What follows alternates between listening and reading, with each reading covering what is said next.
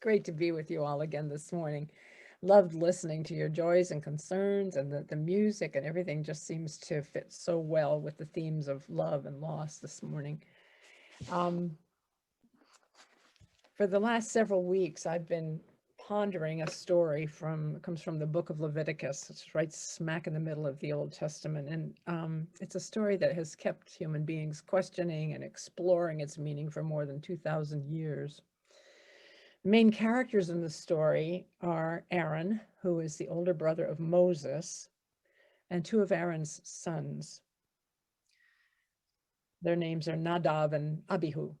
And in the story, Aaron and his sons have just come through a really elaborate and detailed consecration as high priest, Aaron, and as priests, his sons, in a very formal ceremony that sort of inaugurates formal Israelite religion so many thousands of years ago.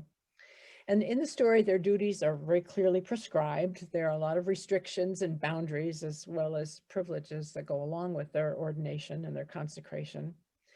Essentially, they are keepers and guardians of the sanctuary, and they're responsible for maintaining its holiness as a sacred space.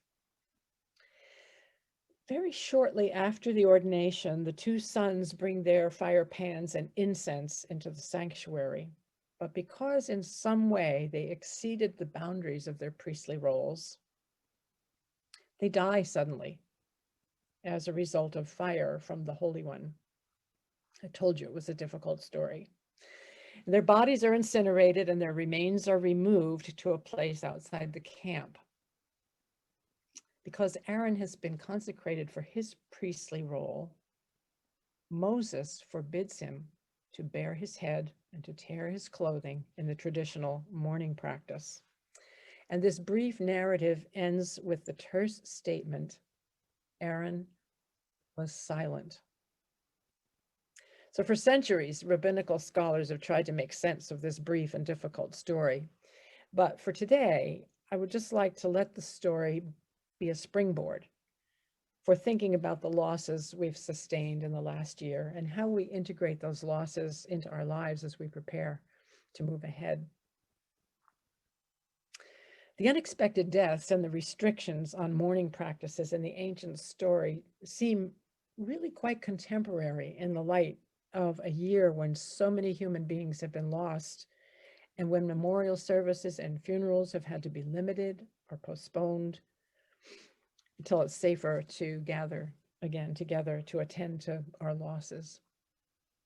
Not only have we lost the dependability of our rituals for mourning, but our rituals for celebrations have been truncated and often put on hold as well. Thousands of high school and college graduates again this year will miss out on that rite of passage that comes with the ritual of graduation. There will be limited celebration of their accomplishments. Adaptations will be made, but it won't be the same. Weddings, baptisms, baby naming ceremonies, bar and bat mitzvahs all have suffered even with the graciousness of Zoom technology. Over 500,000 human souls have perished because of the pandemic. 500,000 souls have passed. That means 500,000 families are deeply grieving. 500,000 communities of friends and relatives are sorrowing over their losses. So there's a great collective mourning hovering, not just in this country, but over the entire fabric of humankind worldwide. The words from John Donne's Meditations keep echoing in my mind, and some of you can probably recite this from memory. No man is an island entire of itself. Every man is a piece of the continent, a part of the main. If a clod be washed away by the sea, Europe is the less, as well as if a promontory were, as well as any manner of thy friends or of thine own were. Any man's death diminishes me, because I am involved in mankind, and therefore never send to know for whom the bell tolls. it tolls for thee. The lines that keep reverberating for me are, any man's death diminishes me because I am involved in humankind. Even though I have experienced no personal losses due to the pandemic, because I am human, I am diminished in some way by each death that occurs. And loss of this enormity simply must be acknowledged. And I've really found this difficult to do. And yet, in some way, I need to allow myself to mourn all this humanity with which I'm connected. I think we have not yet found quite the way to do this as a nation. So there's still profound grieving that needs attention as we move forward. But the loss of human life, as you have witnessed to across the joys and concerns, the loss of human life is not the only loss we've experienced over the last year. In some way, we have probably all experienced losses that we haven't quite named for ourselves. Some of them have been quite tangible. The loss of our freedom to move about easily in our days, to run errands, to go to the post office, the grocery shopping.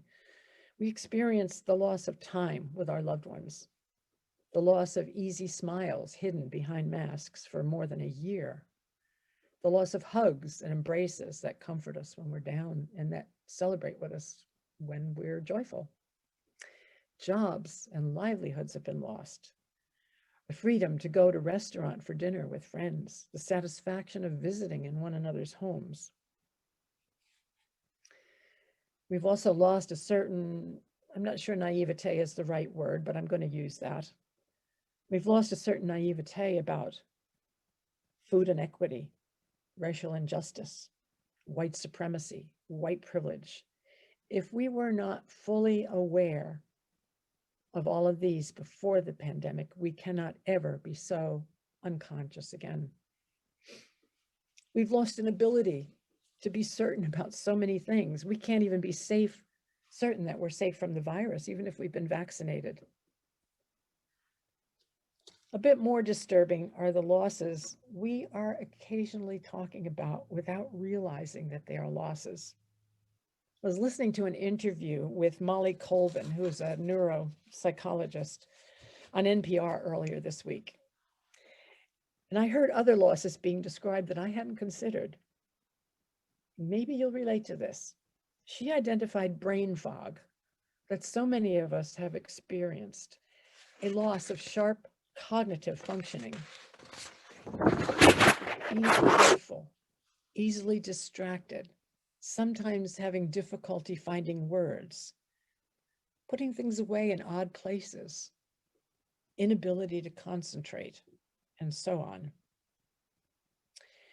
She assured the interviewer that these are all normal responses as the human brain adjusts to so many different stimuli and stresses at once.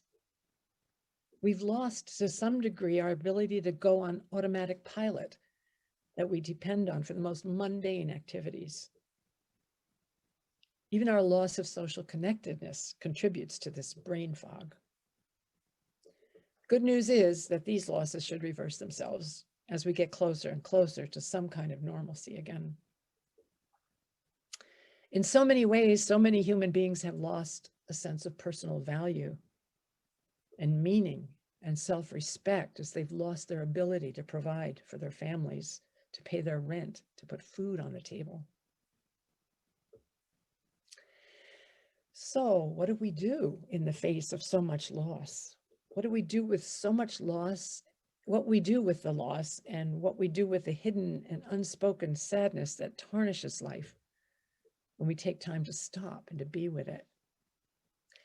Maybe the first and the most important thing is to acknowledge the losses we have personally experienced, even the small ones.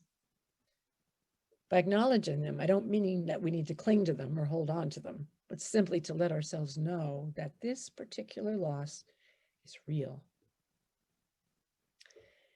If there's grieving to be done, we might give ourselves permission to feel whatever sadness or grief is hovering just outside the bounds of consciousness.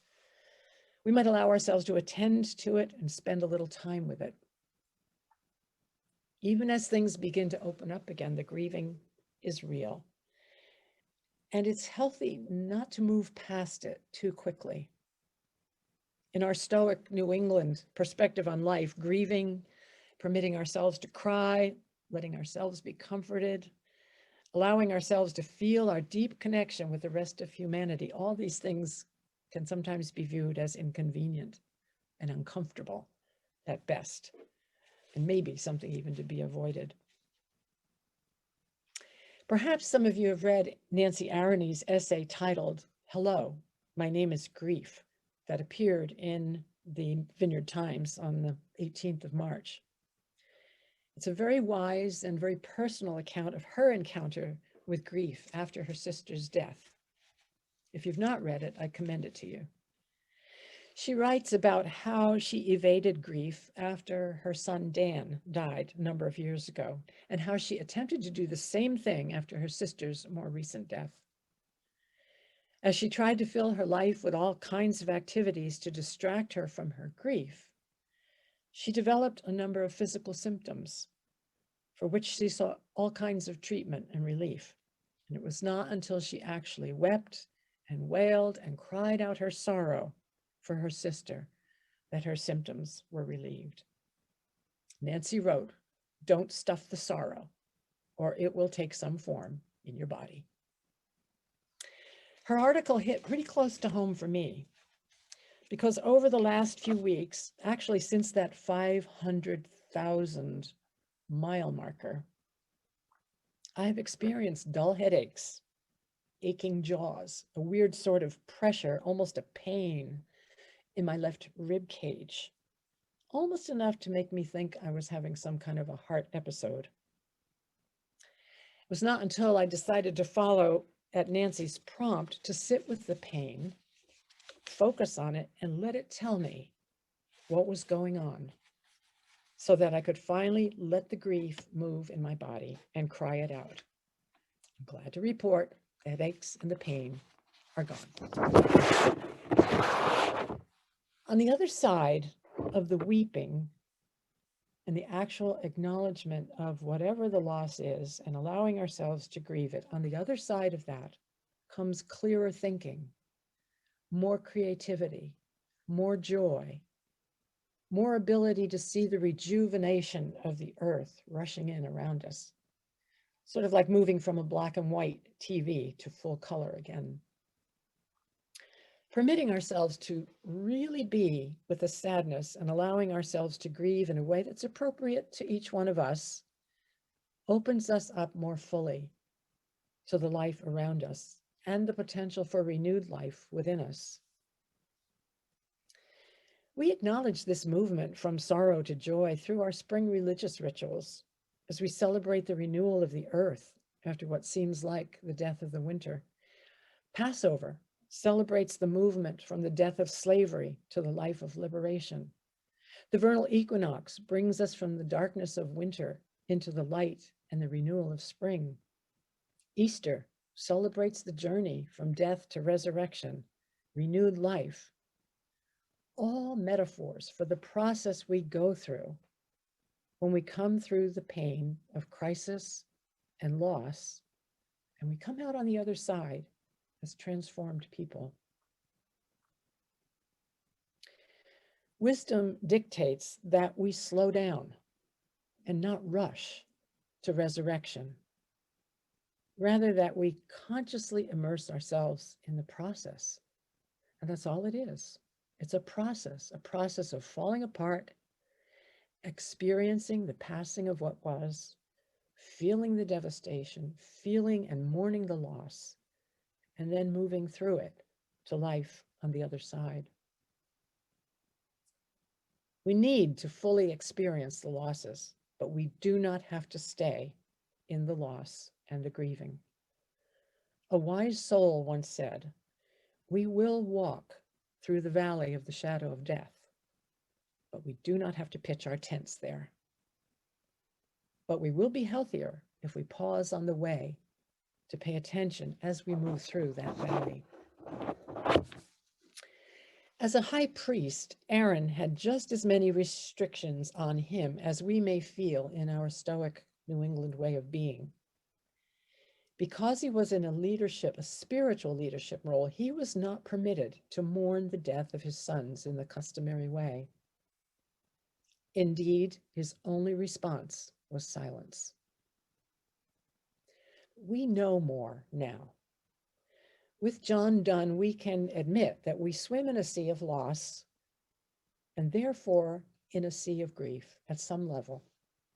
Subtle as it may be, we are affected by the collective trauma the pandemic has laid on us. We truly are in this together in so many ways. Mystic Julian of Norwich was given the sight of seeing all of this in a holistic way, and she writes, "We are all one in love. When I look at myself as an individual, I see that I am as nothing. It is only in unity with my fellow spiritual seekers that I am anything at all. It is this foundation of loving unity that will save humanity." As we acknowledge our interconnectedness with the suffering of all humankind and allow ourselves to feel the grief that accompanies that suffering, we become larger somehow. Empathy increases. Our ability to extend loving compassion expands when we allow ourselves to be vulnerable to such an immense sorrow. May we find our hearts expanded as we name and move through our losses. May whatever sadness or grief or mourning that comes with taking the time to be with our losses generate in us hearts broken wide open with love and compassion. May we indeed become more love in the world. Amen.